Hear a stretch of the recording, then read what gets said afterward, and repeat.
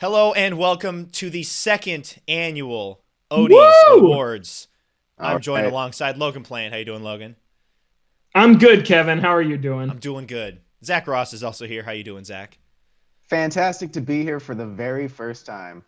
Yeah, very first time. Well, it is the first It's true. time that we're all together doing this at the same time. I believe last year Mhm. kind of had to do it in chunks. Was I? I was So, Yep. I was in part of it, but it didn't feel like I was there.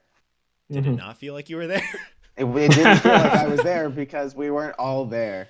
Well, now we are. The second annual And we're Odies. also spiffy looking. Well, Yes. I mean, it is a pretty big event, let's be real. It is. Mhm. These are some important awards that we're giving out, Mhm. So, Also, Merry Christmas Oh, yeah, to those Merry of you that Christmas. It'll celebrate be- Christmas. This episode's dropping on Christmas Day. yeah, that's true. It's a big day A all very around. special episode. A lot Yep. of stuff going around. hmm Well, we've got some other things to get into before we get into the actual Odies Awards proper. So we'll run through some smaller awards that we're going to be giving out before getting into our top games of the year. First is one that we've talked about for a little while, never got to on the show for whatever reason. It's owed to our favorite games that we played this year that didn't come out this year. Very So- fitting that we haven't gotten to it I yet. know we keep Yep. putting it off, just like these games. We finally got to them this year, and we're finally getting to this segment now. Zach, why don't you start with your 3 games that you got to this year that didn't come out this year? All right. Well, the vast majority of games I played this year had not come out this year. I only played a handful of games that did come out this year. I'll kick off my list with the first game I played of the year, and that was Witcher 3. It took me 2 weeks to beat this game. It's now in my top 5 games of all time. It came out in 2015. It took me 5 years to play it. I love it tremendously. And that's all I'll say about that. Moving on to a game I played in February, shortly after. It's Fire Emblem Three Houses for the Switch. It's my first Fire Emblem that I ever played. I played it on baby mode, where whenever my troops died, they came back to life. I had an Mhm. amazing time. Thought the characters were super cool. Golden Deer for life.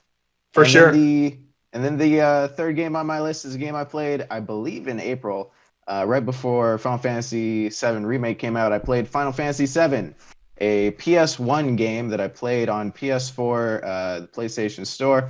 Had a digital sale, picked it up for pretty cheap, played it before the remake came out, loved it. I played it on 3 times speed with unlimited limit breaks just to get the story. Use all the cheese. So But, did I.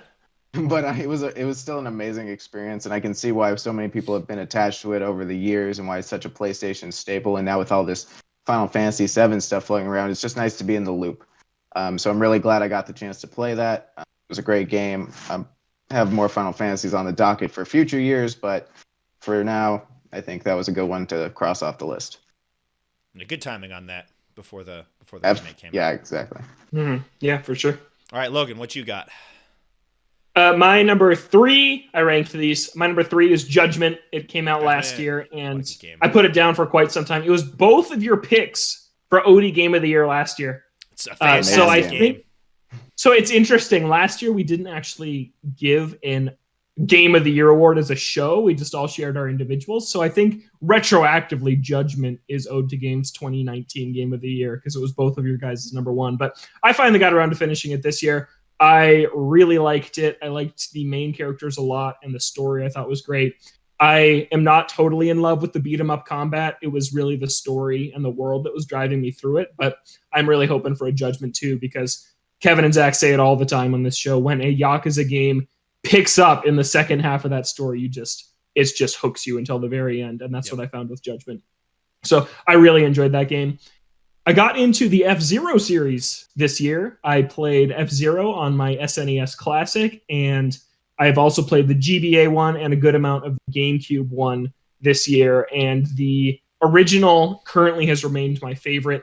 I just really love how that game plays. Just a competitive, like technical racing game with really no luck involved like there is in Mario Kart, but from Nintendo is just really cool. And Zach's prediction for a new one didn't come true this year, but I really hope that that series comes back at some point in the future because I had a great time discovering it this year, and I found the original still really fun to play. So if you've never dabbled in it, I recommend you try it out on the SNES Online app. The original one is there if you have a Switch and you subscribe to Switch Online. So I definitely recommend that you check that out there. And then my number one, not a part of Super Mario 3D All-Stars, but one of my favorite 3D Mario games, Super Mario Galaxy 2. I had started and dropped this game many times over the years. And this year I finally picked it back up and finished it. And I think it's phenomenal. I really love the world design.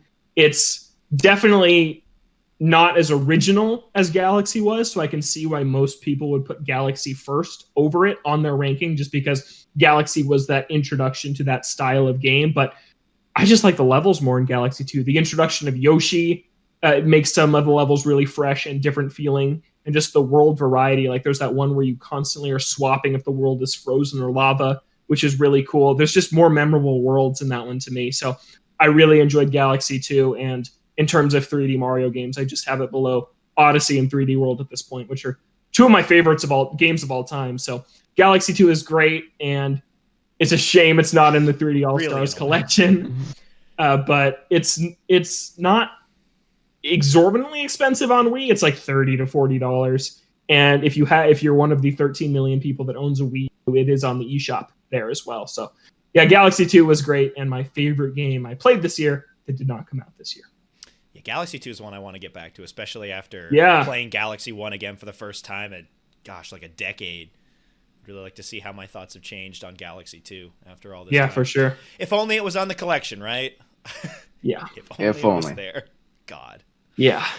All right. And then, sorry, we've killed this topic. But with Odyssey is out, 3D World is coming out next year. It's the only console 3D Mario game that's not going to be on Switch. Yeah. So they've really got to get it on there. That's weird. Maybe one day, but probably not. Yeah, we'll see. March 31st. Yeah. That's when we got to wait for to see what their next plan is on these, or if they're all just going to disappear and it's like, nah, screw you. They're all gone. Yeah. No way to buy them. Yeah. All right. As for my favorite games this year that didn't come out this year, number 3 for me is Astral Chain. It's one that I wanted to get to for a while. I believe I put it on a list of games that I wanted to beat from last year, games that I wanted to beat this year, and I was able to get around to it. While I think the story didn't hold up as much as I would have liked, the combat was absolutely incredible. Using the tether with, I forget the names of using the tether with the monsters that you have, and using that in terms of combat along with Platinum's already fantastic combat from games like Nier or Bayonetta, having that in as well made it some of the most enjoyable combat I've ever played. And despite a story that kind of faltered at the end, it was the gameplay for me that really carried me through to the end. I enjoyed that game a lot. And the world. I've got to play that next year. That's on my list to play next year. Absolutely. Yeah. And I really like the world design too, and the areas and locales that you go around and visit. Yeah, Astral Chain was a really good time.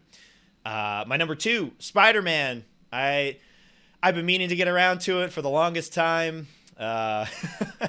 I know you guys have been singing its praises ever since it came out. Yeah. And this year I was finally able to get around to it, playing the base game as well as the DLC all together. And man, what an experience. The combat in that is great. The amount of upgrades and things that you can do with Spider-Man with all the suits and everything is fantastic. The game is gorgeous. The story is fantastic. The voice acting and everything about it is great. DLC is all right. It's not as good. It's okay. But man, when you put it together as a full package, buying it as the complete collection now and playing it all the way through, it is a really fun experience. And I'm looking forward to getting around to Miles Morales whenever I hook up a PS5 into my house, whenever that is. Yeah. And then number 1, I've talked about this game a lot. Valhalla, Cyberpunk Action Bar. It's the best Cyberpunk game out there. Now that 2077 is a mess. Yep. That game is something special, especially if you're into visual novel style games. I love the world that it sets up. The music is fantastic. Being able to set the music that you want to play in each day in your bar is super fun, to try and find out all these new tracks that you really like. The characters are super cool, and it's just really interesting how the game is able to build this world without you ever really leaving the bar and your character's apartment. The way that it is able to build this world without you really leaving the walls of these buildings And that's just through the character interactions that you have. And then also having the little side bartending gameplay to have on there for people who aren't super into visual novels. It's something else to do, and you can get kind of creative with how you want to give some of these people their drinks. It just adds a little bit extra on top of that already really good visual novel base that is there. I would highly recommend it to anyone who has any inkling of wanting to play a visual novel. I think it's one of the best. Definitely. Yeah, that one interests me, and there's a sequel on the way too. Yeah. It was supposed to come out this year, but with everything that so was Sports Story. Yeah. So a lot of things are supposed to come out. Yeah, I'm looking forward to hearing more about it in 2021. But yeah, Valhalla, high recommendation on that one. Yep. All right, and Zach, you guys what do we got ranked. next? Well, I just real quick. You guys ranked both of your lists. I didn't rank mine, but if I were to, I would just do reverse order of how I said them. 3 being Final Fantasy, 2 being Fire Emblem, and 1 being Witcher 3. But enough about that. Moving on to our next segment, we'll be talking about our biggest disappointments and our biggest surprises of 2020. I'm hosting this segment. I don't host segments very often because it's your first one. Yeah, this might be it's a special occasion. So I'm very excited to host this segment, and I'm going to start it off by not starting it off. I'll have Logan start it off. Yeah, so my biggest disappointment, I don't want us to dwell too long on our disappointments because the Odies is a positive night, but I would be remiss if I did not mention how disappointing Final Fantasy Crystal Chronicles Remastered was because of something that could have been a simple fix. Because of how broken playing with your friends is in that game. It is terrible, and I went on at length about this topic in previous episodes, but basically only the person who was hosting the session progressed, and I won't get into it again, but that basically broke all progression for the entire party in a game that is supposed to be about journeying through the main missions together and upgrading gear together.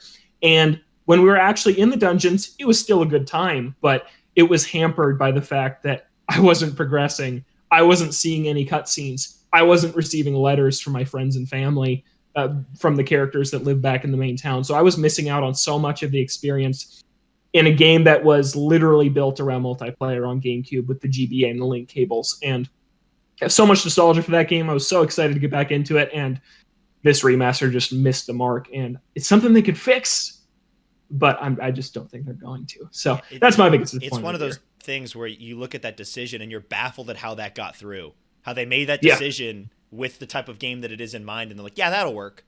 It's really head scratching. I don't understand it. Yeah, and with such a fantastic Final Fantasy remake from the same company this year, I had high hopes for it, and it just it just really missed. You can tell where the focus was. Yeah, which makes sense. I mean, Crystal Chronicles isn't the big one. Nope. All right, Kevin, what's your biggest disappointment of 2020? So I've got 2 here. One, the first one is Battle for Bikini Bottom Rehydrated. Now, this one didn't disappoint me specifically because I had a bunch of fun with it and I didn't have any issues with it. But I am disappointed that so many other people had problems with it. The game is great, but the amount of bugs that were there at launch and seemingly still there. I know they were talking about releasing updates, but it doesn't seem like they've updated the game too much in a while, so I don't know if any of those problems are actually fixed. I'm just really disappointed at the state that game was in, because from what like Zach was saying and my friend who played it before, when they're playing the game and it's not fighting against them, they're having a good time. But when it breaks, it sucks. You can't progress and you can't get these spatulas. It's just disappointing that it had these problems because I think it's a fantastic game that can just screw you over if you get unlucky, and that sucks. But my actual most disappointing game of the year, the one that disappointed me, was Paper Mario: The Origami King, and it's just disappointing because I can see a good game in there.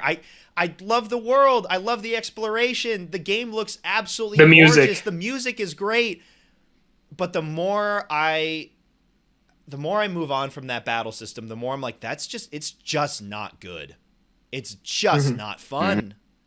And it really is as simple as, hey, if you take it back to what it was before, the game would be perfect. Really, if you introduce the badges, if you introduce the regular leveling system and all that stuff, that game would be absolutely fantastic. But as it is, with the combat taking up a large majority of the game, it just becomes a slog, and it's super disappointing because I can see the Paper Mario series rising to heights beyond what the original 2 games did. But just their insistence on different combat systems is endlessly frustrating. And I think that's why it's the most disappointing for me, is because I can see just a fantastic game in there that just isn't being let out. Yeah, another thing, it's also that this one was a big step in the right direction from Color Splash and Sticker Star, which were the worlds were bland and the characters were bland. And how are the combat systems? Worse than Origami King. Worse than Origami King, yeah. which is so Origami King is, I think, a big step in the right direction for the franchise, but yeah, it's just not all the way there yet. Yeah, so that's my most disappointing game. Zach, your most disappointing game. So my most disappointing game of 2020 is a game that I haven't actually played yet, and I haven't played it because I'm disappointed in it.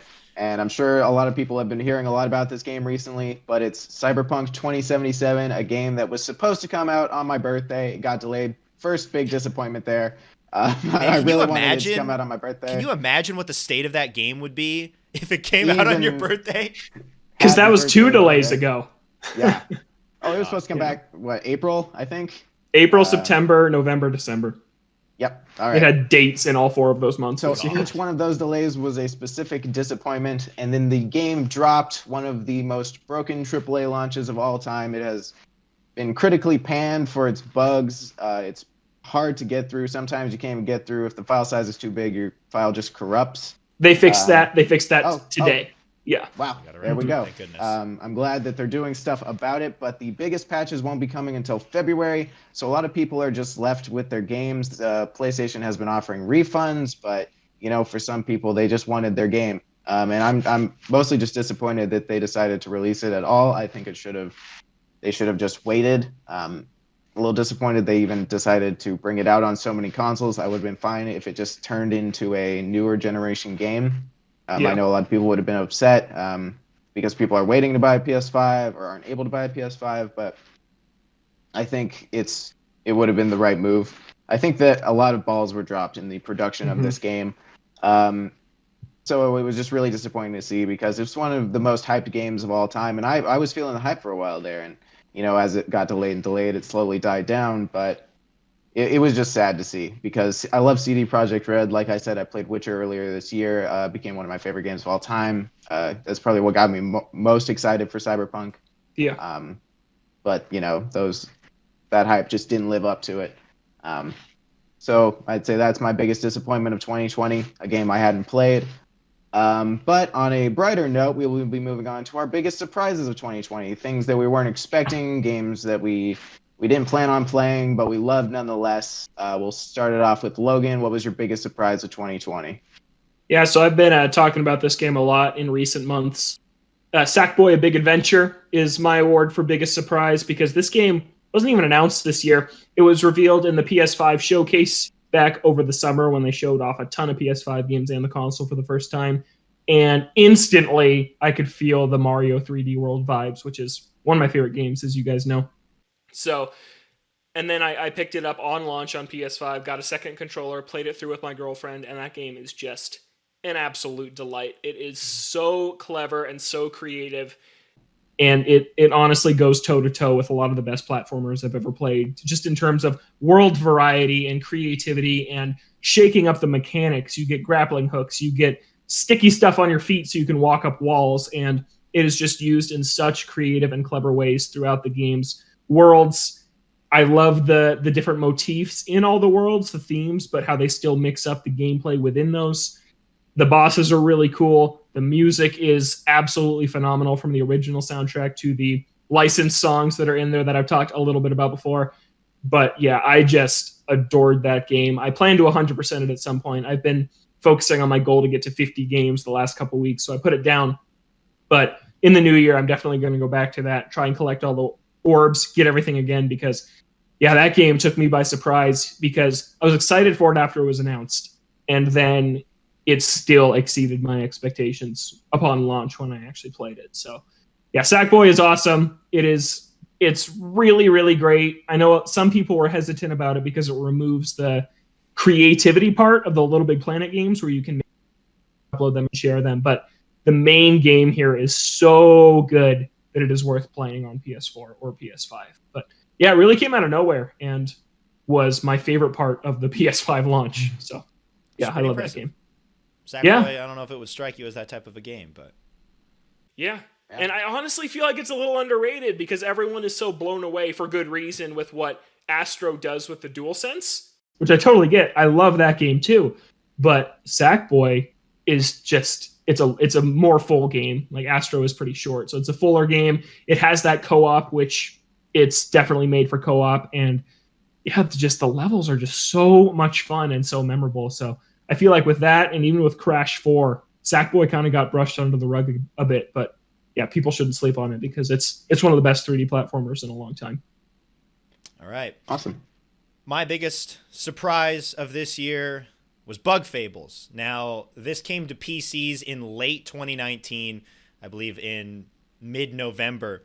Yeah. But I didn't even know it existed until it was set to come out on Switch in the spring of 2020. And I feel like a lot of people were in the same boat. Especially with PC games, a lot of it can get lost in the shuffle on that storefront where there's just so much going on Steam that I feel like those games can kind of get lost. And the fact that Nintendo consoles have that history of Paper Mario, I'm sure that people who are yearning for an older style Paper Mario game, like myself, saw Bug Fables and got really excited. But I really didn't even know about it until it basically launched. I think only a few days before I even learned it existed. And I was like, this looks good. I'll give it a shot. And it exceeded my expectations. I was going in expecting just like, oh, this reminds me of Paper Mario. This is super fun. But so many of the little things that they added, I think, made it a stronger game than the original Paper Mario game. Specifically what they did to combat, of being able to give certain characters more moves, but they become less powerful. And the setup that you have on the battlefield, if someone's in the back, they do less damage. So you have to kind of change your loadout depending on who you're fighting and who needs to be out in the front and who needs to be in the back. The badges are really situational in a good way, where it's like, all right, do I need to use this on the character in the back? Or if I need to put them on the front where they're going to take more damage, do I need to give them a more of a defense badges? I think that the additions that they made to combat were fantastic. I liked that the main character, or in this case characters, were not silent. I like them a lot more when they actually have banter and it's not Mario just sitting there stoically as someone talks to him. I think it adds a lot to the character development of the main cast, where they can actually talk to each other and have these moments. The game looks great. You can tell that it's inspired by Paper Mario. The world and the areas that you go and visit are super cool. I love all the different enemies that you can go and face. There's so much content beyond the main story. They've been adding in updates as well with different bosses and extra modes to go through. Bug Fables exceeded my expectations. If you are in any way a fan of the original Paper Mario games or just RPGs in general, I would not hesitate to recommend Bug Fables to you. It is a masterpiece of a game. And there's a big indie sale going on right now on Switch, and Bug Fables is a part of that. Yeah. So hit it up, man. That game is so good. I think I'm going to pick it up on the sale. Do it.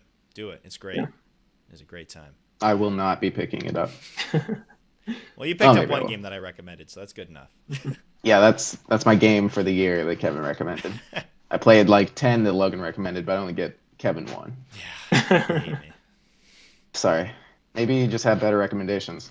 Well, He played the entire Yakuza series for you. He did. That was like 7 recommendations. Yeah. All right. And counting. Moving on to my biggest surprise of 2020 is a game I played a few months ago. It's Tell Me Why, one of the Don't Nod episodic titles that I believe this one flew a little bit under the radar. I had not heard anything about it until a friend of mine who I was hanging out with, they had bought it. We decided to play it together. We played the first episode. I liked it a lot. One thing I liked specifically about it is when these things are episodic, sometimes it's once a month releases. This one had once a week releases. So it wasn't released it, all at the same time. I don't know Why why. didn't they just Yeah. why didn't they just drop it at the same time? But it could have been worse. And it gave us a chance to meet up once a week to actually play the next episode. And I enjoyed the game a lot. When we had gotten to finish the second episode, I was like, wow, this story is wrapping up. I don't know how much more I was worried they were going to drag it out. I found out, it's going to be shorter. It's only 3 episodes. So that was a good surprise. I was worried they were just going to drag it out. But it was actually a nice, tight, contained story. I had a lot of good representation for trans culture and Tlingit culture. I really like the Don't Nod games. The Life is Strange's, there's a new one coming out it's like Twin Mirror or something like that. That one looks kind of cool that I want to pick up. But I just felt like this one, it caught me really off guard. It wasn't something I was expecting to play. But I had such a good time playing it. I really liked the characters, and it was set in Alaska, which is just absolutely gorgeous. That's cool. So the set pieces, the frozen lakes, the snowy trees, it was good for the season. Came out, I think, in October. I'm over the span of 3 weeks, maybe September, October. But yeah, I thought it was a really good time, and I'm glad that I discovered it, because I don't know if I would have if my friend had not bought it and recommended it. Yeah, that's one on my list to play next year. I mean, I've played every Life is Strange that there is. So that's honestly, I feel like it would have flown under the radar less if it was just part of the Life is Strange universe, because it seems like it totally could be. So I think that was kind of an interesting move. One of my biggest complaints about this game is that it's essentially just Life is Strange, because it's about troubled teenagers with supernatural abilities that kind of factor into the story, but it kind of doesn't, I mean, it's kind of their wheelhouse, though, right? Yeah, no, it's like they found their niche. It's fine. It worked for them. And every game I've played from them is in the Pacific Northwest and now Alaska, but Washington, Oregon. Yeah. I mean, it is cool. Essentially the same, but they're all gorgeous. I love them all. But that would be my biggest surprise, I would say, of 2020. So that wraps up our biggest disappointments and our biggest surprises. My first ever hosted segment. How did I do, guys? You did great. Yeah. Oh, wow. Okay. I was expecting to be critically panned like Cyberpunk 2077, but I appreciate it. You weren't as broken as Cyberpunk. No. It's hard to be. Job. Yeah, that's a really low bar. All right. Now we are moving on to our Odies, right?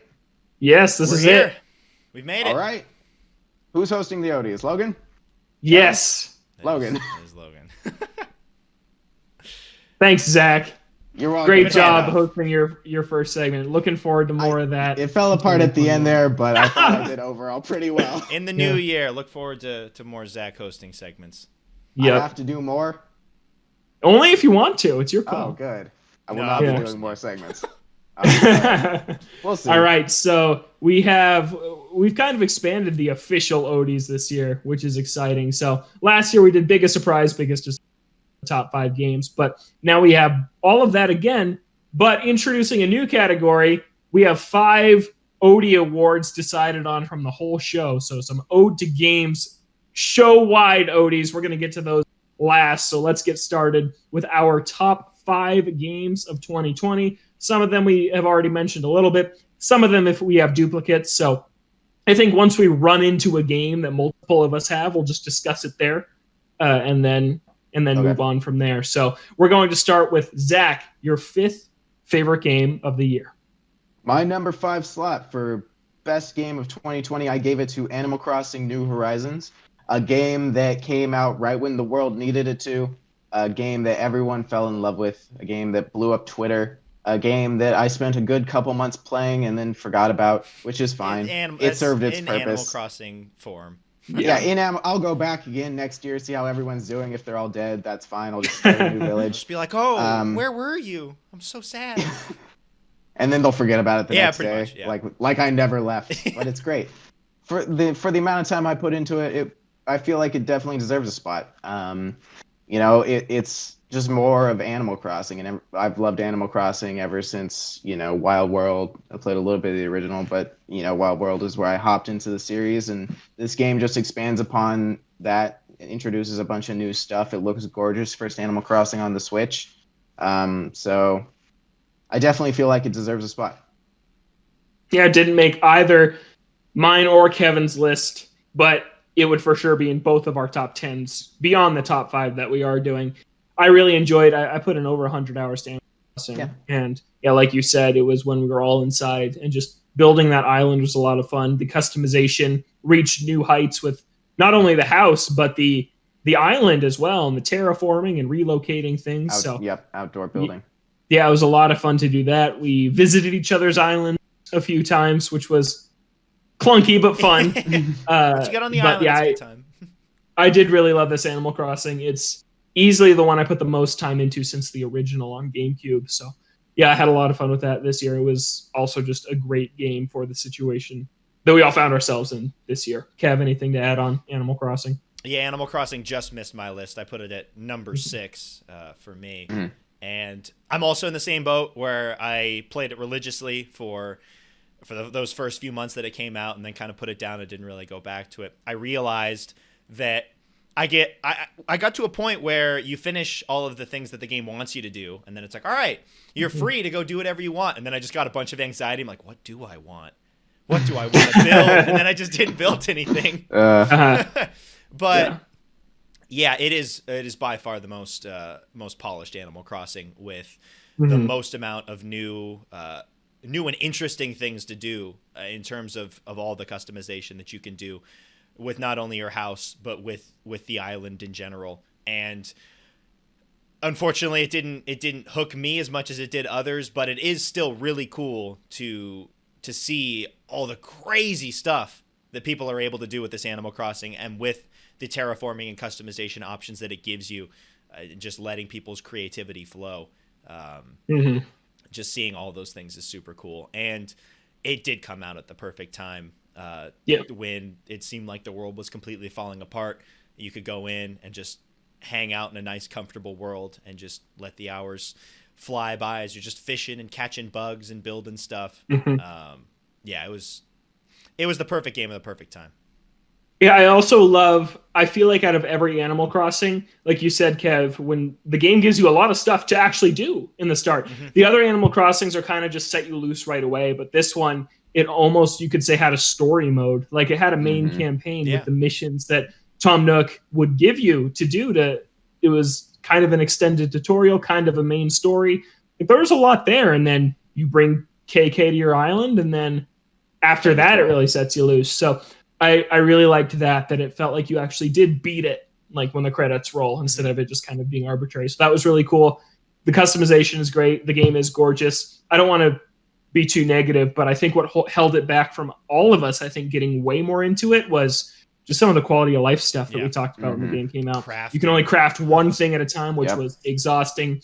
I found that the animals didn't have a ton to say. Like, all the personality types were basically the same, when maybe it was because I was a kid and don't remember as well. But I felt like each character had a little bit more personality and original writing in the older ones. And I feel like this one, it's because that focus went more into the crafting system and the customization and the island and building that up yourself, that almost the personality of the animals was lost a little bit compared to some of the older ones. Yeah, I can definitely see that. Yeah. But I still really liked it. It'd be in my top 10, Kevin's top 10. And yeah, just one of the best-selling games of all time already, which is just insane. Yeah, but Animal Crossing is really great. But Kevin, we'll move on to your number 5. All right, so my number 5 was also featured on my disappointing games of the year list. SpongeBob SquarePants, Battle for Bikini Bottom Rehydrated. Again, it wasn't disappointing for me. I was just disappointed that it had these issues that other people ran into that I didn't. I understand that this is purely going to be a nostalgia pick, because I know that with some of these other games on the list, it isn't as crazy great as those other ones. But man, it was a special experience going back in, and it's what Crystal Chronicles should have been for Logan. Yeah, just going back in and having played that game religiously as a kid, and seeing it in HD, just running like this, and seeing these worlds expanded upon and just gorgeous detail, and being able to go and do all of these things that I did as a kid, and just do it again 15 plus years later, was absolutely magical. I understand that it's not a game of the year, but it was probably some of the most fun that I had all year. It really was. I think it's still a really tight platformer with a bunch of fun challenges to do. If you're a SpongeBob fan, there's obviously a bunch of stuff for you there with all the fan service. I think the dialogue and writing is great. It's back from the early days of the show when the game came out in about 2003. Yeah, it's a good when the game. show was still good. When the show was still good and the game was good. I don't think it's going to blow you away, but it is a game that, beyond the technical issues that it had at launch and still has, I'm not sure on that, it was what I wanted. I didn't want something completely reworked. I just wanted a gorgeous looking version of the game that I already loved, and that's what they provided with Rehydrated. Aside from the missing spatula, it checked every box in terms of nostalgia and fun. I had a great time playing the whole game. It was just until the end when I realized that after I decided to go for the platinum, I realized it was unattainable. That was a bit of a disappointment. So frustrating. If it didn't have those issues. Ugh. Yep. Yeah, and I was two different people that ran into that problem. And then I was disheartened for the end of the game. But other than that, I was having a great time. Yeah, it's just one of those games that's fun. Especially if you don't run into any issues. I think it's just pure fun. From I need to finish it. I never got around to finishing that, but I enjoyed what I played. I could see its issues, but I could also see how it was a really cool experience if you did play that as a kid. Yeah, so I had to give it a spot. I know that there are some that are probably a little bit more deserving, but I had to give a shout out to Rehydrated, one of the games that I wanted a remake for the most, and was really surprised when it got it, and it lived up to most of my expectations.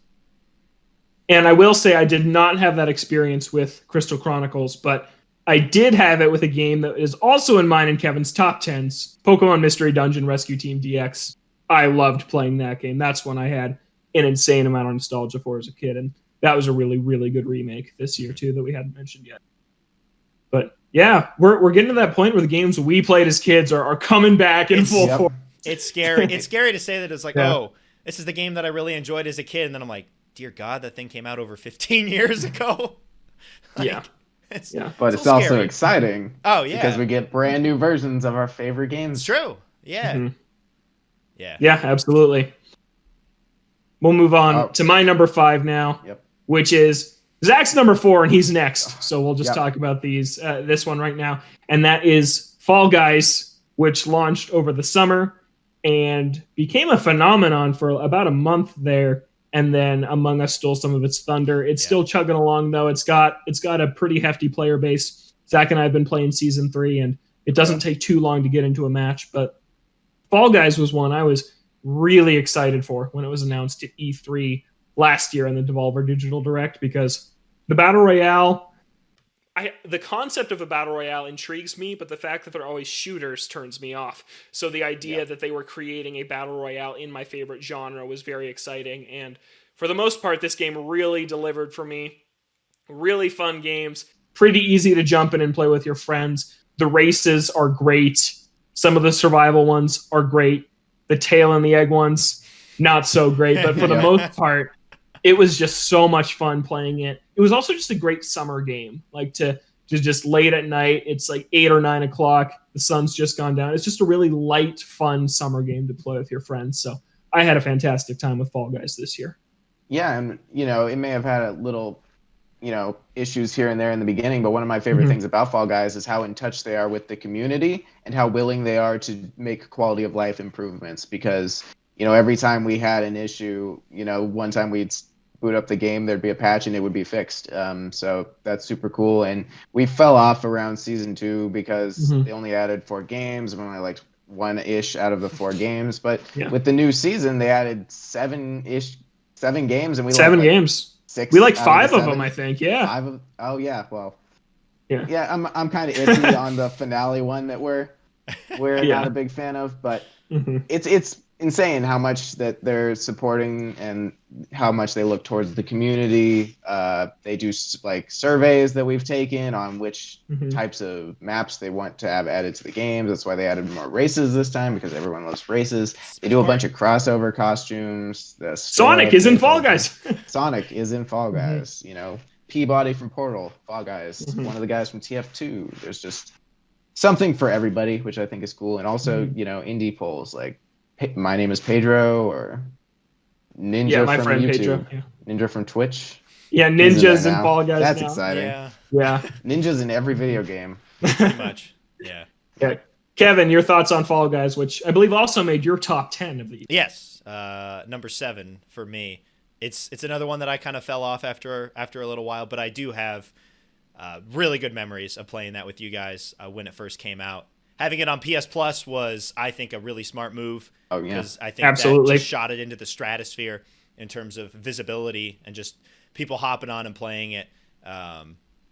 By far, the races are the best part of that game. Mm-hmm. Some of the other games I'm a little bit iffy on, but man, when you just had those races at the start, it's just super fun. And then when you finish, try and find your friends and see how they're doing as they're going along. Just a nice game to, because it's not anything super serious unless you're going for the 5 wins in a row. But if you're not going for that, it's a really fun game to just hang out with friends, chat, and play. And if you drop out, then you can just chill, talk with your friends, and watch them play, and then hop back in when the next match starts. So it was a really fun game to just pop on for a couple of hours and just hang out with friends and play and have a good time. Yeah, Kev, you should hop into season 3 with us sometime. I should in the next couple of weeks because it's a lot of fun.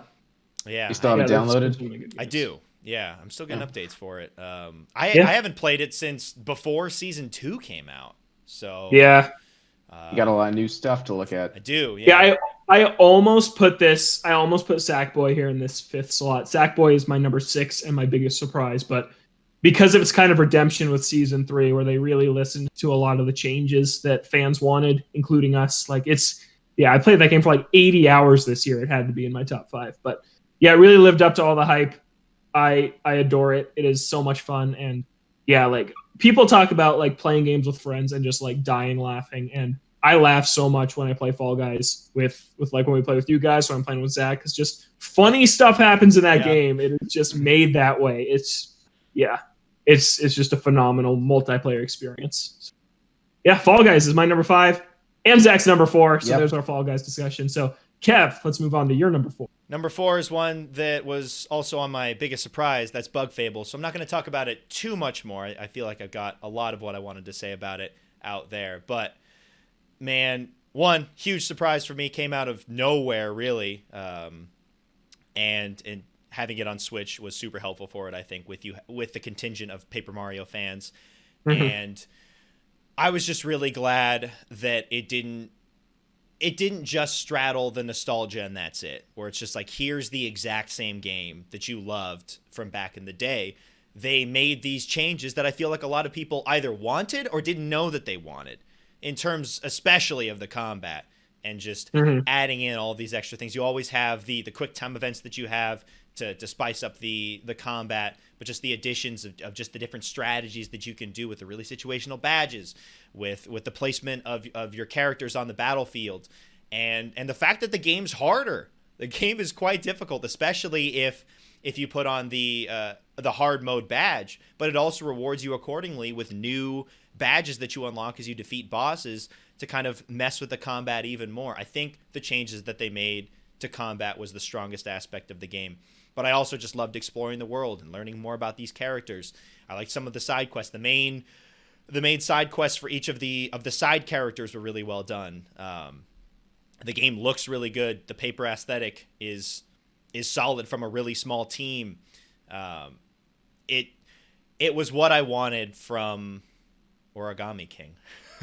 And I feel like that is some very good praise for Bug Fables, that it did what Nintendo seemingly doesn't want to do, and it understands the strengths of those old Paper Mario games and also knows their weaknesses and knows where they could use some fine tuning after 15 plus years, and that they were able to come out with this one and be able to hit on all of those improvements from those original games and provide the Paper Mario experience that I think a lot of fans wanted.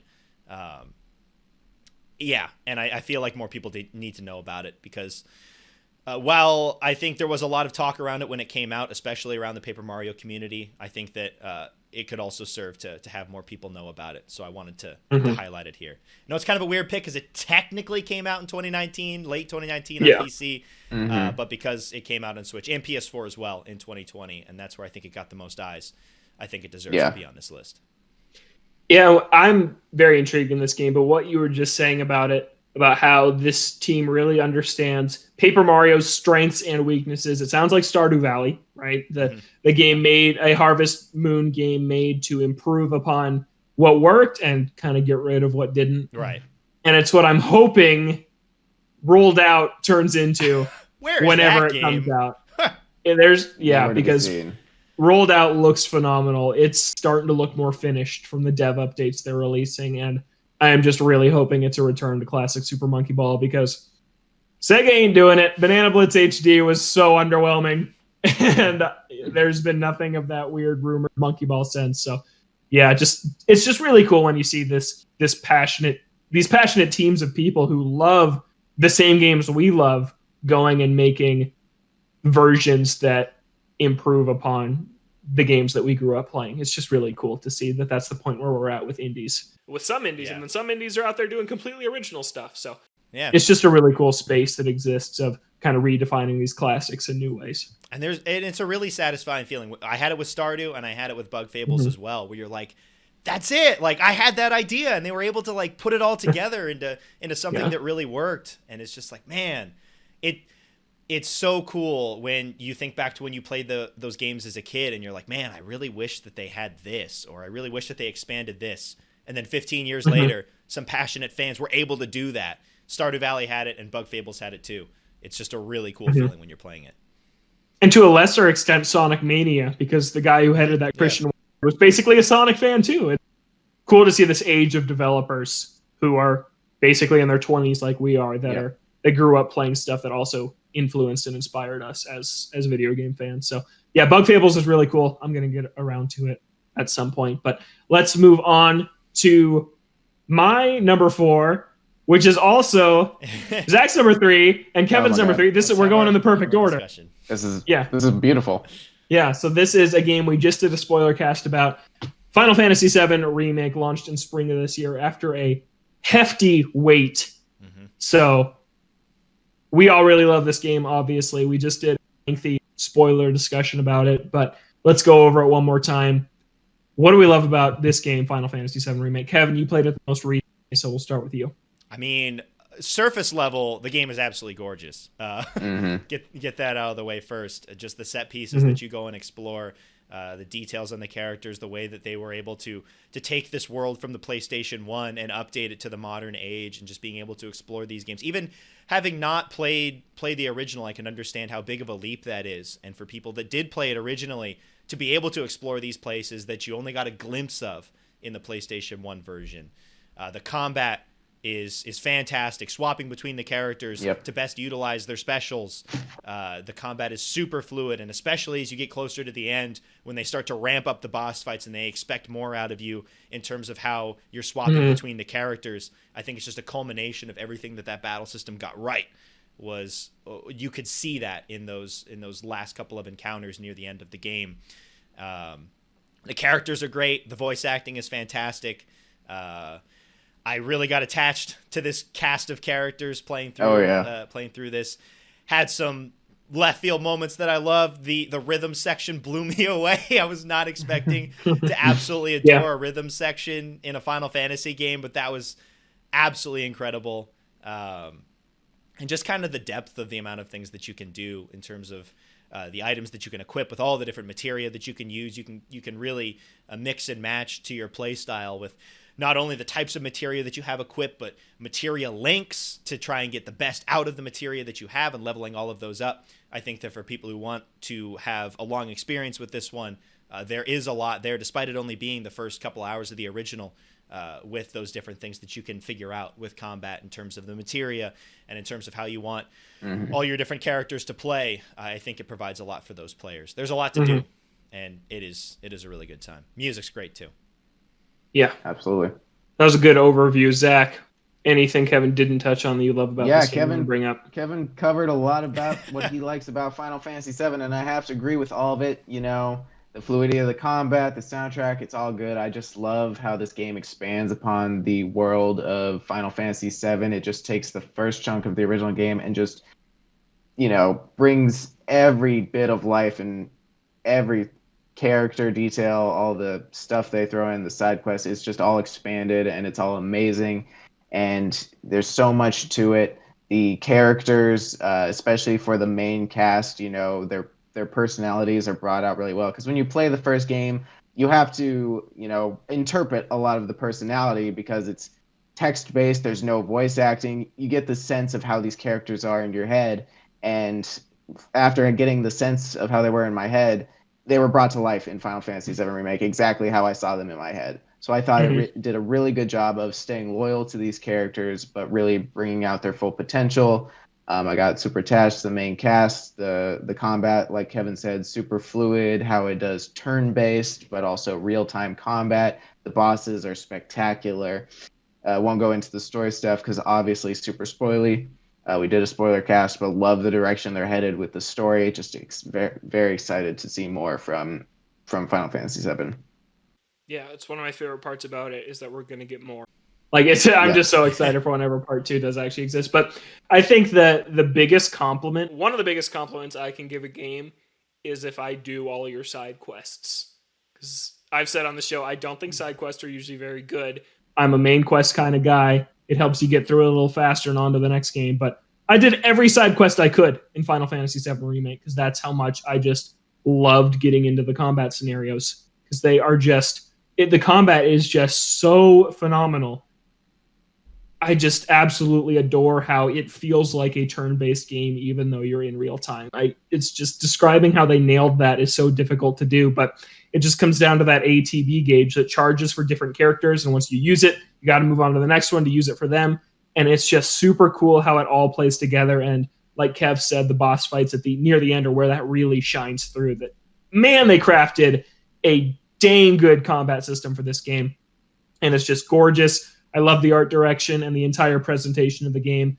You guys know I'm not the biggest fan of open world games, so the fact that it was a rigidly linear story did not bother me in the slightest. I enjoyed just even exploring the areas, what little exploration there was. Like if you see a ladder that's off in the distance, you know you're going to get like a materia or some money or something if you climb it and see what's up there. So yeah, it was just a great experience, and I'm thrilled with what the story did. Super excited to see where it goes from here. And then, yeah, playing the original at the exact same time as it was just super cool to see the love that went into this thing too. And yeah, just part 2.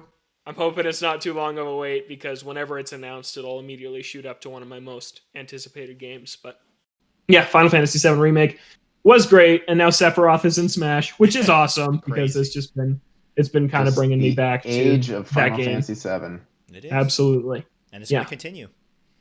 Yep. Yes. Hopefully sooner rather than later.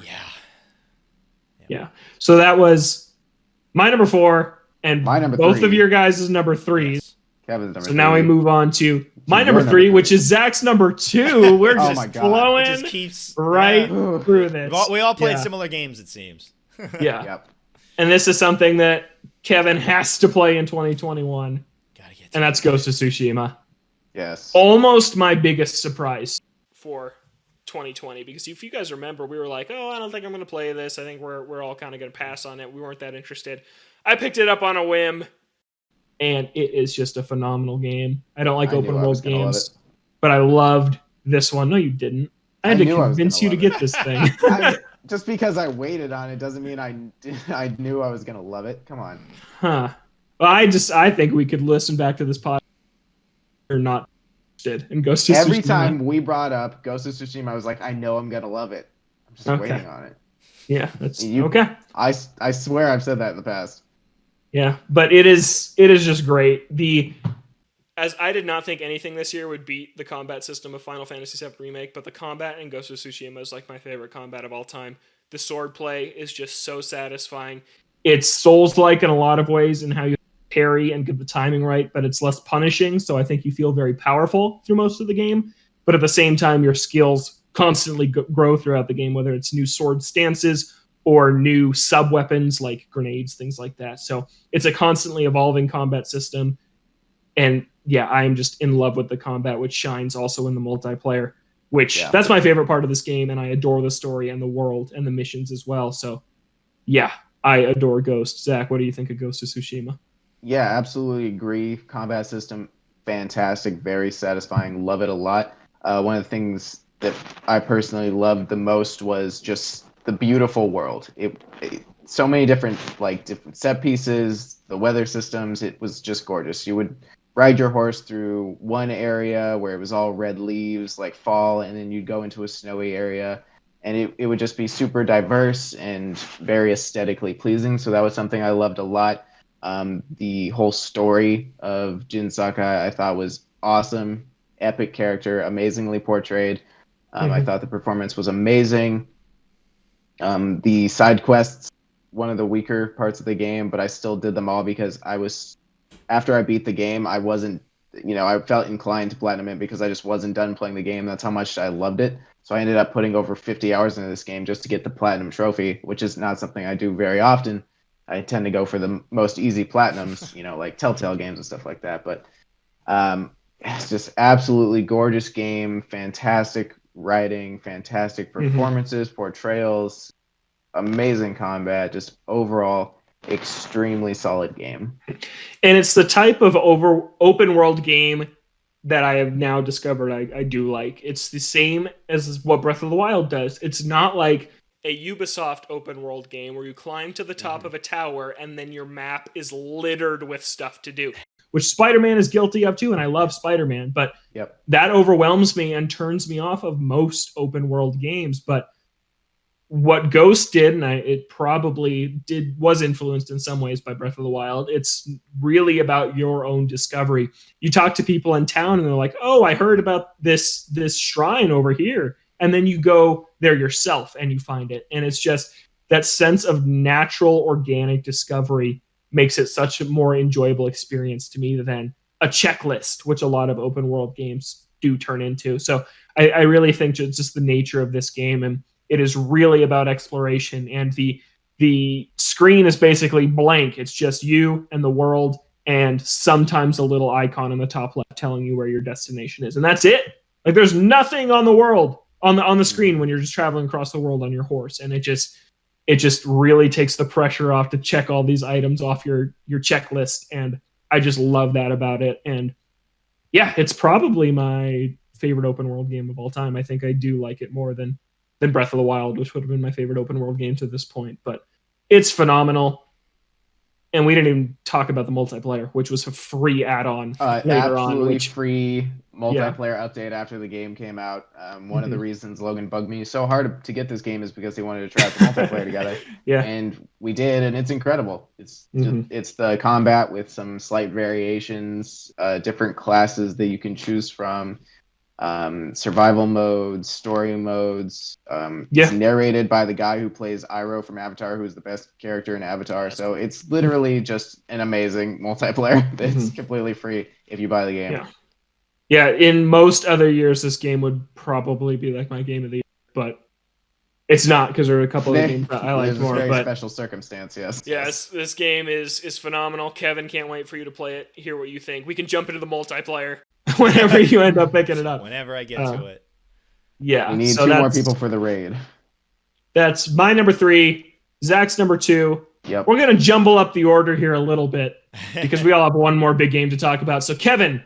Why don't we skip over your number 2 for obvious reasons? Why don't you tell us about your number 1 pick? Yeah, my number 1 is a game that I haven't finished yet, but as of recording, I'm about 50 hours in, so I put in a fair amount of time into this thing, and I'm nearing the end. It's a game I've talked about. It's the only thing I've played in the last couple of weeks. And whenever there is a Yakuza game / Yakuza spinoff game like Judgment from last year, it's either going to be 1 or 2, most likely. They always hit just right for me. But this one, I was worried about it because of the changes that they made to the combat. If you've got a system that works well enough for the first 7 games plus some other spin-offs, it's a big risk to be like, hey, we're going to completely change things and add in this RPG system. And even early on, I wasn't sold on it. In the early hours when it doesn't really open things up too much for you, it kind of shows that it's their first RPG game, and that it's not super crazy in depth or anything. But once the game starts to open up, once you get more party members, once you get the job system unlocked, and where you're like juggling between, what job do I want to have on this character? What items do I have for them? How do I want to mix and match so that my 4 characters have all of my bases covered in terms of the attacks that I need for certain enemies' weaknesses? I think that's when the combat system really starts to shine, when you do have to kind of mix and match with all these different playstyles. And it gets super weird when you're like, hey, I've got a random guitarist in my group and a break dancer here and a bodyguard and a homeless man. And you just have all of these different weird characters and their weird jobs all coming together to really flesh out the battle system. I was pleasantly surprised with how much I did start to enjoy the battle system as I got further on into the game. But I think the strongest thing that the battle system gave to Yakuza Like a Dragon was the ability to have a bunch of characters all together at the same time. Because with the older Yakuza games, and even when they started to add in all the other characters that you could play as, they were their own separate stories. They would come and meet together at the end for the big climax, and sometimes their stories would kind of intertwine a little bit before the end, but generally you were kind of off doing your own thing, and there wasn't too much of an interaction between the characters. But here, when you have your party and they're all just together and they all have the story moments, they all have the big story moments, they all have the little side conversations that you can have, you talk to them at the bar, it makes me fall in love with the characters even more, because you do see all of the banter between these characters. It feels real, the conversations that they have. And I think that's also a testament to the localization. The localization has always been fantastic in these games, but it feels more real when it is all of these characters that you're really growing to love over time, having these intimate conversations with each other.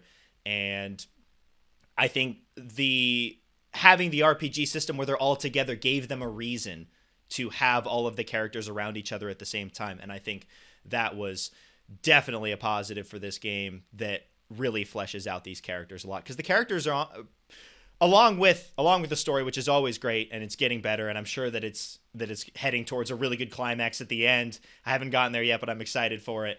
The characters are my favorite part.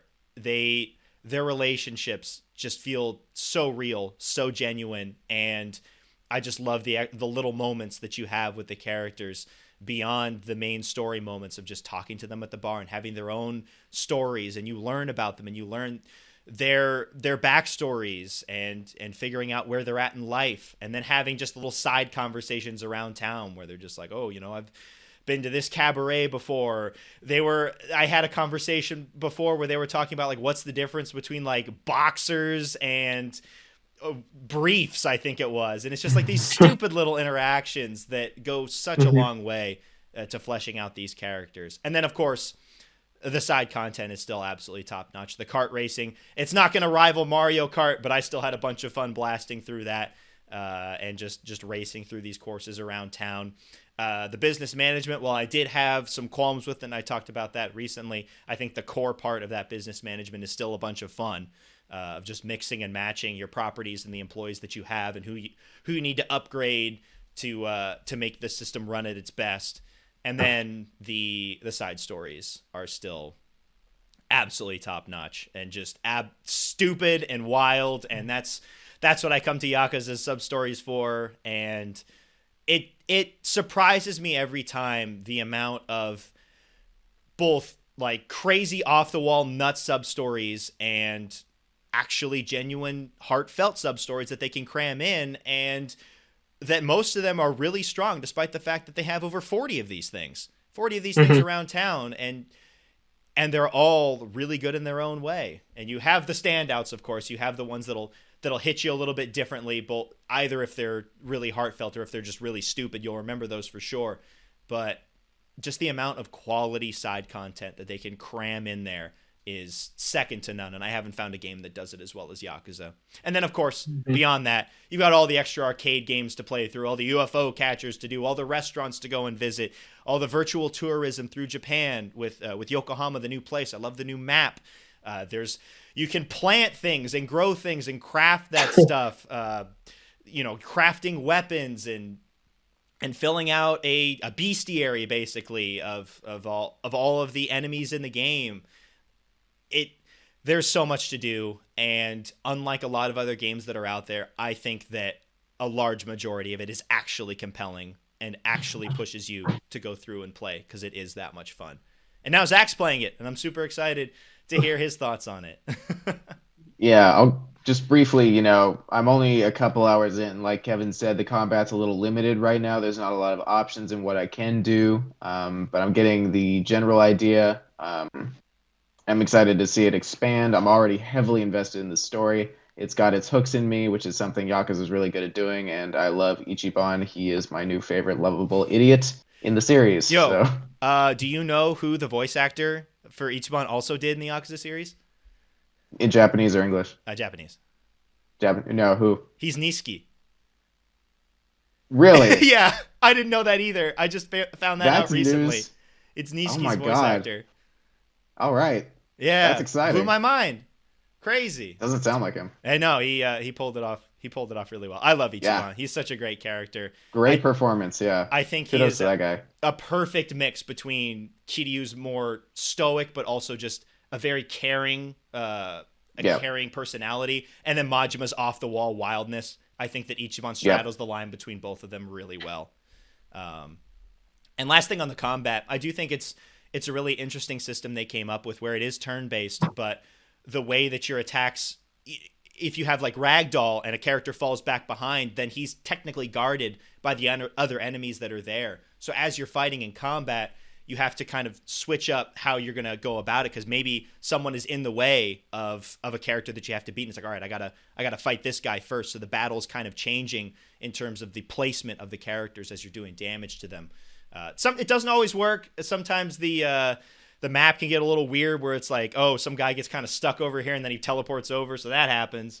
But generally, again, the fact that it's the first RPG in this style from them, not only do I like it in this one, but I'm also really excited to see what they can do if they do decide to hold on to this and continue to improve on it in subsequent sequels. Yeah. Nice. Yeah. So that's Yakuza Like a Dragon. Yakuza Kevin's Like a number Dragon, 2. Number 1. Of course, right? Kevin's number 1. Of course. We skipped over his number 2. We got to get to my number 2 really quick before we get to the last game we haven't talked about. My number 2 is Hyrule Warriors: Age of Calamity, a game I did not expect would exist. Also a really short turnaround, like 2 months between announcement and release, which was really cool, but I loved this game. I expected it to be good because Hyrule Warriors was good, but this game was really, really great. From a gameplay standpoint, Dynasty Warriors, people just think of it as a total button masher, but Age of Calamity's combat is so much more thoughtful than Hyrule Warriors or Fire Emblem Warriors, both of which I played before.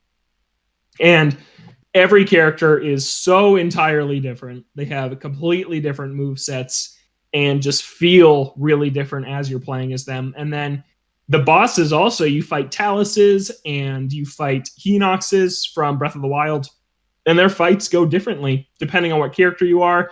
And just the enemies, they don't feel like giant punching bags that you're just watching the bar go down. You actually have to think as you're fighting those things. So the gameplay alone is such a step up from the Nintendo Warriors games I have played that made it really cool. And then just the presentation of it, it has some performance issues, which is its biggest negative right now, but it is just Breath of the Wild's world through and through. The places you go to look geographically just like you remember them in Breath of the Wild, but there's different buildings, different people, because this is 100 years in the past. And every main mission is on a totally different battlefield, and there's like 20 main missions, so they designed 20 massive interconnecting spaces that have verticality and depth to them that are just really fun to run around. And the main missions themselves are really great. Like, you feel like you are fighting a war. Each battle ebbs and flows as you kind of turn the tide, and reinforcements show up on either side. piloting the divine beasts is really epic. You can take out like 10 Lionels in one shot, which feels all too powerful, especially if you've played Breath of the Wild. But it was just a really cool fan service filled love letter to the Breath of the Wild universe with this totally new gameplay style that really worked for me. And there's a ton of side stuff left to do. There's bonus characters that aren't part of the main story that you can go and unlock. I really like what the story does in terms of the Zelda universe. So yeah, it was really great. It wouldn't be this high if I wasn't such a Zelda super fan. Like it's overall, I would say it's a good game, but if you are a huge Zelda fan, it's a must play in my opinion. And it was a really cool surprise fall release for Nintendo this year, and who had a pretty quiet release year apart from Animal Crossing and then all the Mario stuff. But otherwise, it wasn't too loud. So this was a really cool surprise to get at the end of the year that I just really enjoyed playing through. And you guys liked the demo, and you're not nearly as into Zelda as I am. So I think that says something about the combat itself, at least. Yeah. I like Zelda quite a bit. The combat was a good time, and having that Breath of the Wild story to go along with it makes it more enticing for me to get around to some point in the future. Again, I've got other things on my plate beforehand, but I do want to see that story, especially before Breath of the Wild 2 comes out, whenever that ends up coming out. I'd like to experience Age of Calamity and see what story bits there are there before we hop into the sequel. Yeah, and just so cool they brought all the voice actors back for those characters. Even though people don't love the voice acting in Breath of the Wild, I think it's fine. But it was cool that just all those characters reprised their roles, and it just felt like a really polished product, except when the frame drops. That's really just the one thing. It's like, if there's a Switch Pro or something, that game will be the biggest one to benefit from it, for sure. But really, and the music is so cool, too. There's so many cool original tracks, because Breath of the Wild barely has any music. So that was really cool too. It's just a really great feast of content if you like Zelda or Breath of the Wild. So I really loved that game. My number 2, Kevin's number 2, my number 1, Zach's number 1, The Last of Us Part 2. Probably not a big surprise. We talked about this game on a spoiler cast for 2 hours earlier this year. Naughty Dog is our jam. We love Uncharted. Love The Last of Us as well. We've talked about this game a ton, but Zach, to wrap up the year, let's talk about Last of Us Part 2 one more time. I'll throw it to you first. Yeah, so this game might be my most anticipated game of all time. It took a long time for this game to come out. I didn't know what to expect. I tried to keep my expectations low going into it so I wouldn't be disappointed, but man, it absolutely blew me away in every aspect. This game is a little divisive on whether or not people like it. I myself, after beating the game, I had to sit on it for a little while to really let it sink in.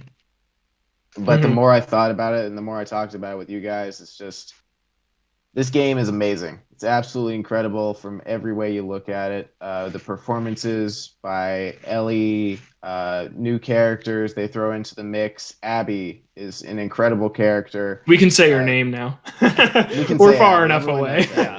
Yeah.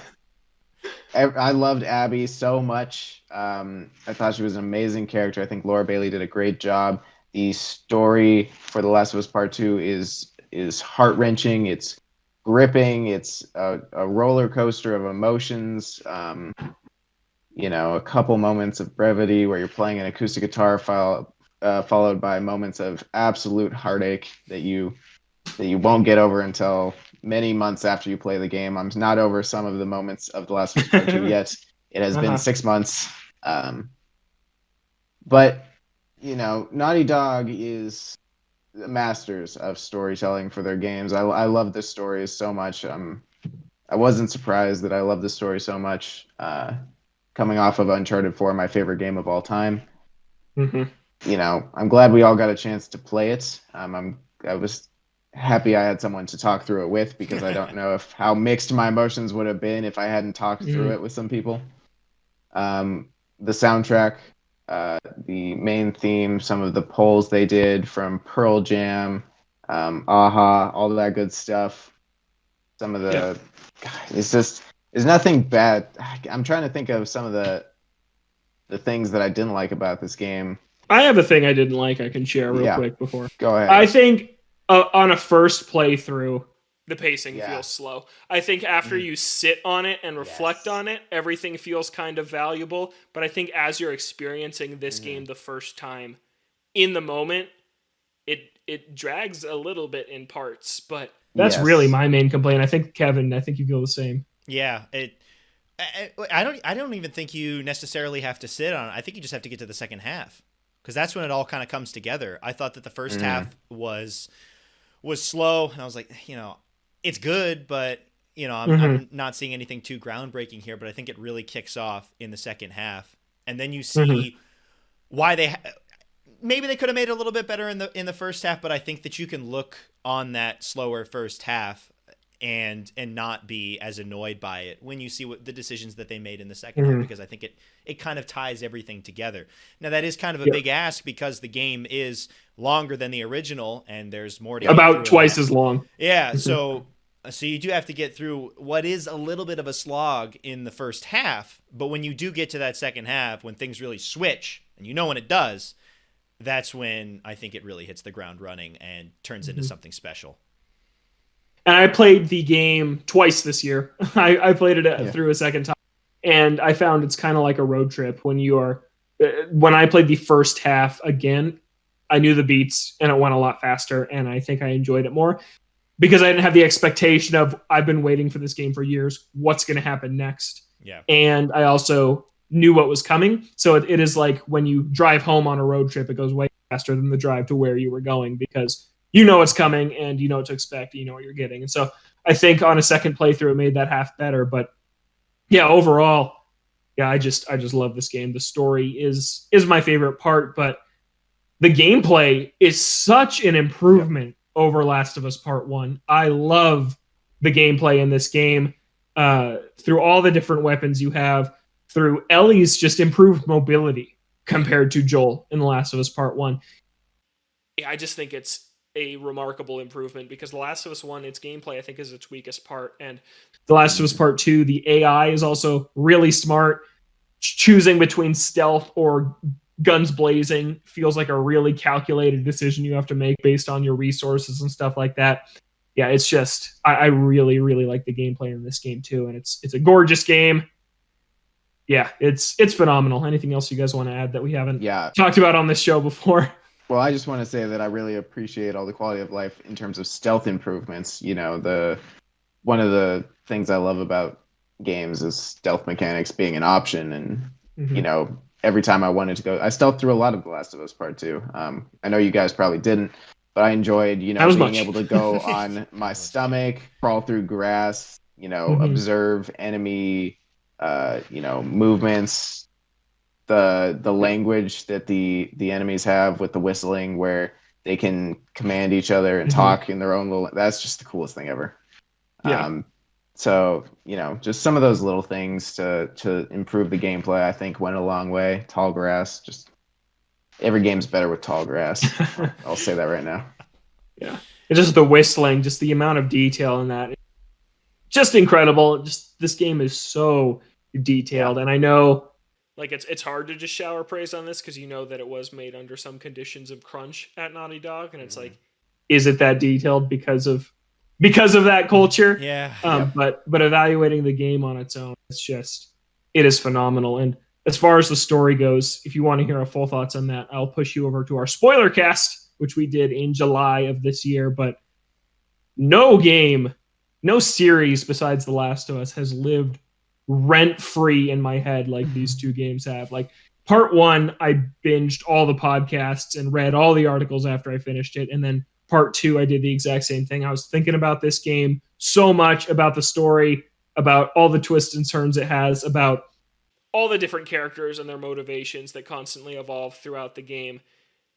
And I thought about this game so much, I had to play it a second time through to see if I had missed anything. Like, I loved this story so much, and without spoilers, it is a risky story for a AAA video game, which doesn't always happen these days. Like, a lot of AAA games play it safe with their storytelling, and to see one of the most highly anticipated sequels of all time be pretty gutsy in what it chooses to do is overall, I think, my favorite part about the game.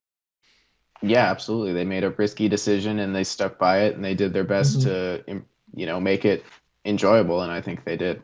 And the game being set in our home state, made it better for us in the first place. Because Yeah, those little moments where you're just like, I've been here, I've seen these places, and then you just see it all dilapidated. Just seeing Seattle in that light was a special thing, I think, for this group. Yeah, and that was just the cherry on top, was that we did get to see Seattle, and it felt like Seattle, which was just a really cool accomplishment. And amazing sequel, amazing game. My number one, Zach's number one, Kevin's number two, The Last of Us Part 2. Let's move on to the rest of the Odies, the Joe Odie Awards. We have 5 awards here to give out. Yes, we're going to keep this going. First, to present the award for Best Soundtrack, here is Kevin Vallene. Oh. All right. I feel like this isn't going to surprise too many people, but the Odie I don't think any of our choices are going to surprise anybody. I don't know. One of these maybe. Yes. But the Odie for Best Soundtrack, it's got to go to Final Fantasy VII Remake, of course. Absolutely. What other option would there be? We have to applaud all of them, or? No, I just chose. There we go. All right. There's an applaud. I've already gone on record saying how much I love the rhythm sequence of Final Fantasy VII Remake, but I'm sure that the music tracks hit a little bit differently for people who have played the original, especially for people who played those games when they were kids, and just hearing this music in a much bigger experience like this, and seeing the changes that they were able to make for the new tracks, and just to bring these into the modern day. For you guys personally, having played the original games and then hearing these music tracks again, how did you feel about the way that they were able to translate it into the Dude, I love it. I love the redone tracks. Wall Market, the music in Wall Market and really memorable. And there's a point in Remake when you're going through a tunnel and you're on your way to Wall Market, and the combat music in that section is a dubstep remix of the Wall Market theme. And it's such a cool moment when that kicks in for the first time. And there's a lot of moments like that. And the main Final Fantasy VII theme also is just phenomenal. There's so much great music in that game, and it's just orchestrated beautifully in the remake. Zach. Yeah, and the collectible soundtracks in the game that you can collect different songs. That's a nice little touch. I like Aerith's theme and the church, very calm. The main Final Fantasy theme, a lot of the epic end game stuff is just so good. A lot of improved remixes. I love remixes of older soundtracks. It's just some good opportunities there. What's his name? Nobuo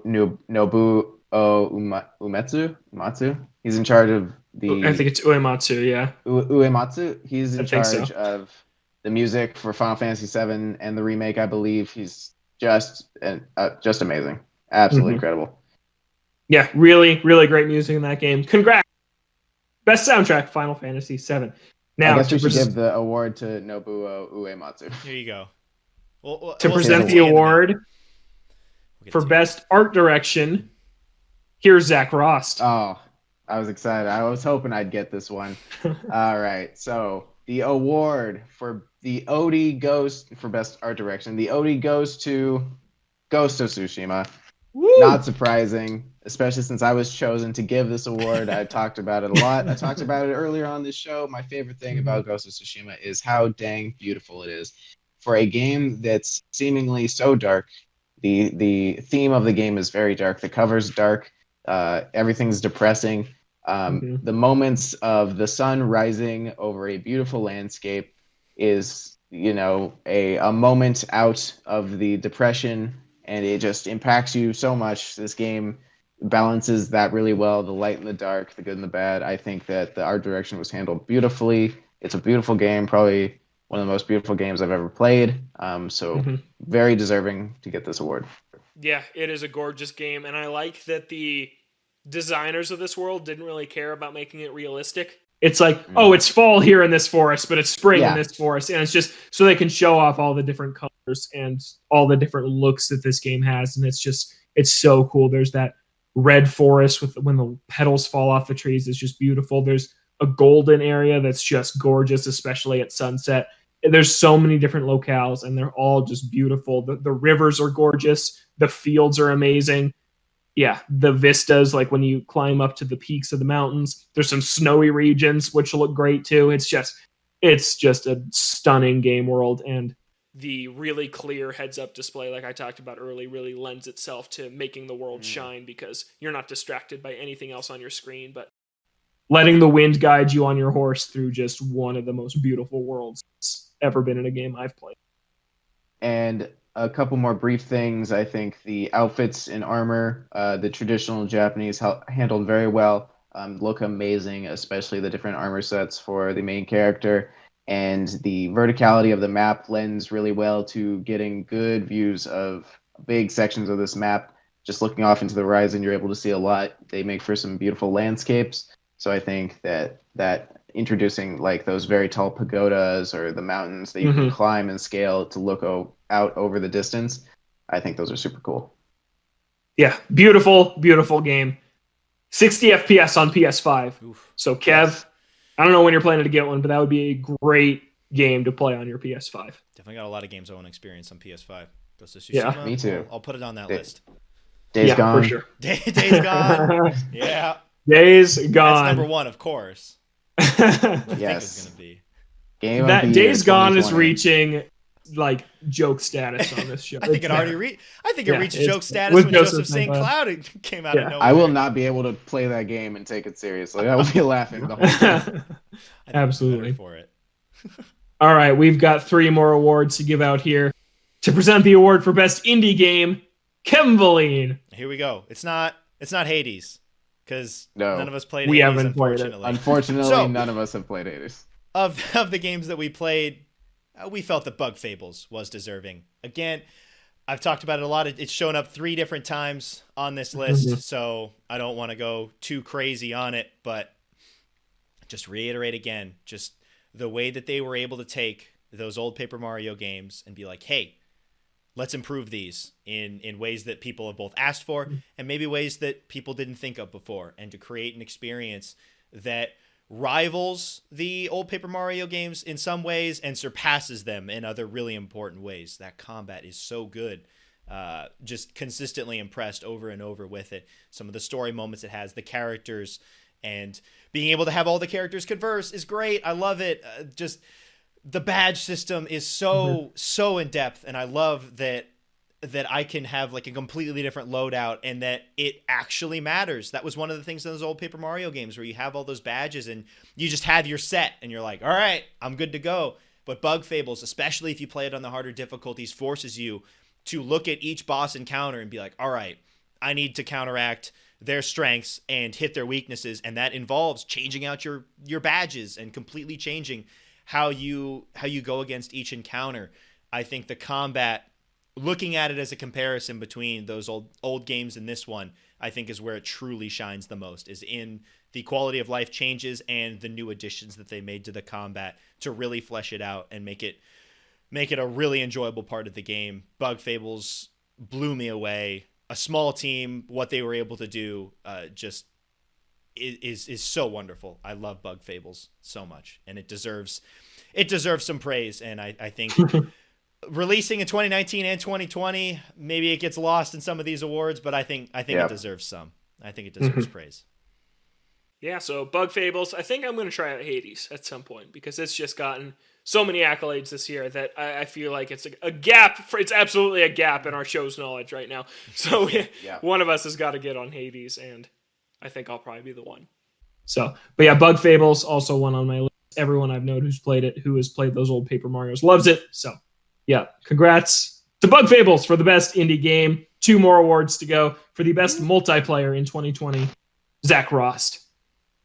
All right, so we have the Odie for the best multiplayer game of 2020 goes to Fall Guys. Unsurprisingly, Fall Guys, Yeah. a game we have all played together. We've had a bunch of fun.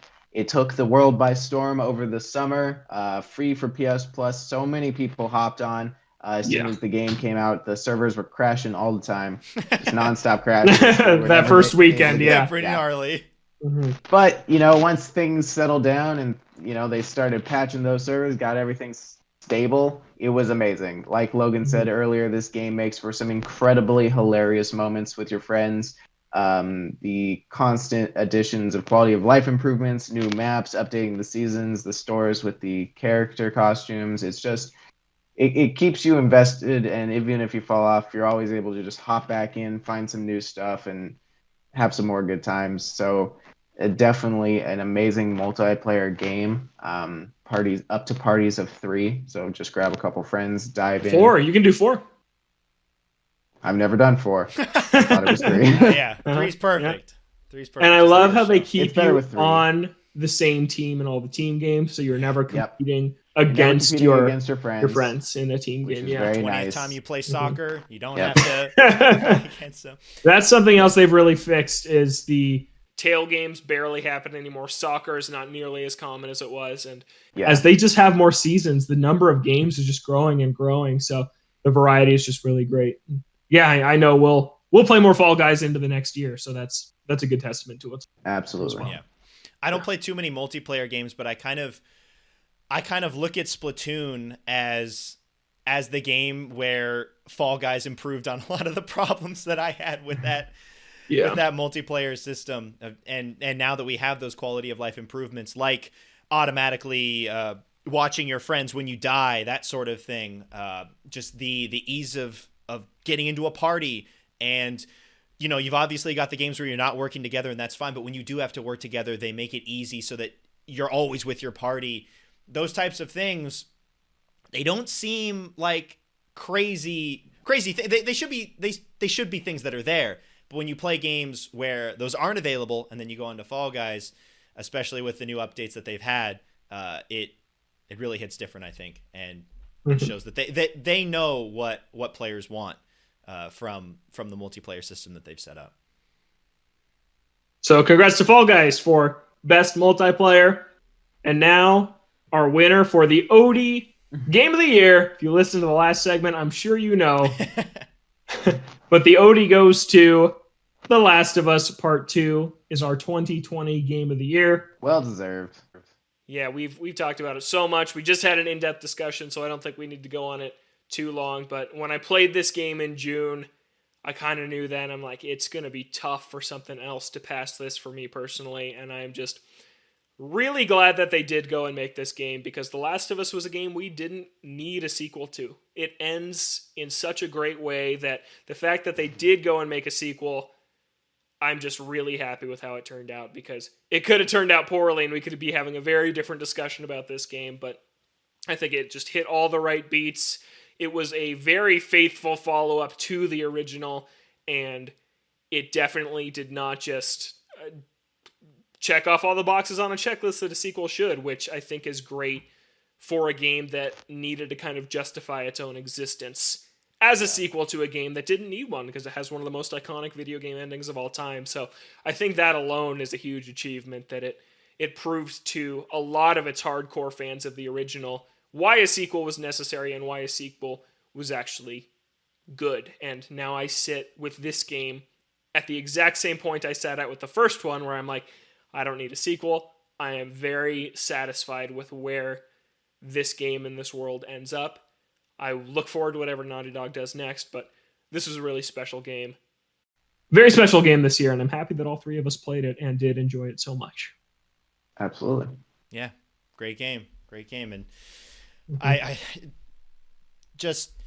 I'm very impressed with what they decided to do in that second half. And obviously we said a lot more in the spoiler cast. So for people who don't want to be spoiled, you can play the game and let's do it afterwards.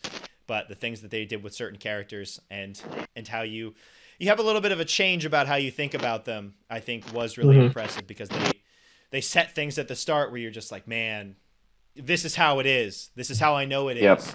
And the way that they're able to change that as that second half hits, I really think that second half is really where it shines, because it forces you to look at things a different way from where you saw things in the first half of the game. And that second half caught me off guard. Yeah, same. So The Last of Us Part 2, the official winner of the 2020 Odie Game of the Year. Phenomenal. Congrats to all our winners. That is a wrap on the Odies, and not only that, that is a wrap on Ode to Games in 2020. our third year, 2018, Third most of year, it 2019, and now 2020. That's terrifying. And some quick housekeeping things. Thanks so much for listening. We launched some new stuff this year. We have a website, odiegames.com. There are articles that you can read. We have every episode goes up there too. We have a YouTube channel, Odie Games, where you can find every episode in its full video form. Going into next year, we'll have some other smaller video content too, some breakouts of the episodes as well. If you don't want to listen to the whole thing, if there's just a segment that really interests you. So we're looking into that as well. We're on Twitch as well, Odie Games. I played some Fall Guys there earlier this year. We're going to hopefully stream some more in the new year. So Odie Games is growing. You can find the show on Twitter at Ode to Games as well. So exciting stuff there where you can follow us. It's been a blast. It's been a weird year, 2020. Yeah. I'm very grateful we've been able to continue doing this show. I love you guys. I love doing the show with you guys. And remotely, we were doing remote before it was required by the pandemic. Yeah, so. we're all veterans at it. Yeah, so I'm really happy that we were able to continue this show through tough times. It's definitely one of the highlights of my week. Kevin, your final thoughts for 2020? Yeah, I'm just glad that that we're able to get some things going that I know that we've wanted to do for a while. The video podcast being the main one. I know that's been a goal for us for a while, and to finally have that going up every week as an option for people to watch has been really cool. And I'm just looking forward to taking the things that we've added onto this year and just expanding them into the new year, into 2021. Looking forward to it. Zach, your final thoughts on Odie Games? I'm excited to announce my departure from this show. I will not be returning to 2021. You should have announced it when you left for like 6 months or whatever. That was a surprise leave. This one I'm actually announcing. I will be back in 2022, ready to go. God. I'm not leaving. I got nothing better to do. There's nothing going on. Well, and now gotta talk about you gotta my video host games. stuff. Now that you've done it once. Yeah, you got some segments. Now that I've proved that I can capably speak. Yes. I've forgotten everything. Sorry. Oh no. Yes. You have proven yourself. Look forward to more Zach Rost in 2021. All right, we'll get some more Zach Rost hosted segments in the future. So look forward to that. I mean, but for now, you've got to tune in to hear his thoughts on Days Gone and Joseph St. Cloud whenever he gets around to playing. You won't that. get those thoughts for at least 6 months. Big Those thing in thoughts are coming 2021. late. That's gonna happen. Yep. That might be the last game I play. There's a lot to look forward to in 2021. Next week, we're not quite done with 2020 yet. We're going to look back on the 50 games I will have hopefully beat in 2020. Hopefully. You better do it. You're so close. You can't. I know. You can't falter. I hope you fail. I'm going to make it. It's going to happen. So we're going to talk about that. We're going to talk about the biggest surprises and disappointments from the big three, Nintendo, Microsoft, and Sony in 2020. We're going to look forward to our most anticipated games of 2021. Monster Hunter Rise, baby. It's 3 months away. So excited. So there's some big stuff coming in 2021 for the show. But thank you so much for listening to Odie Games this year. Hope you'll come back in 2021. For Kevin and Zach, I'm Logan. We appreciate the support. We have a blast making the show. Happy holidays. Have a safe and happy new year. And we'll catch you on Odie Games in 2021.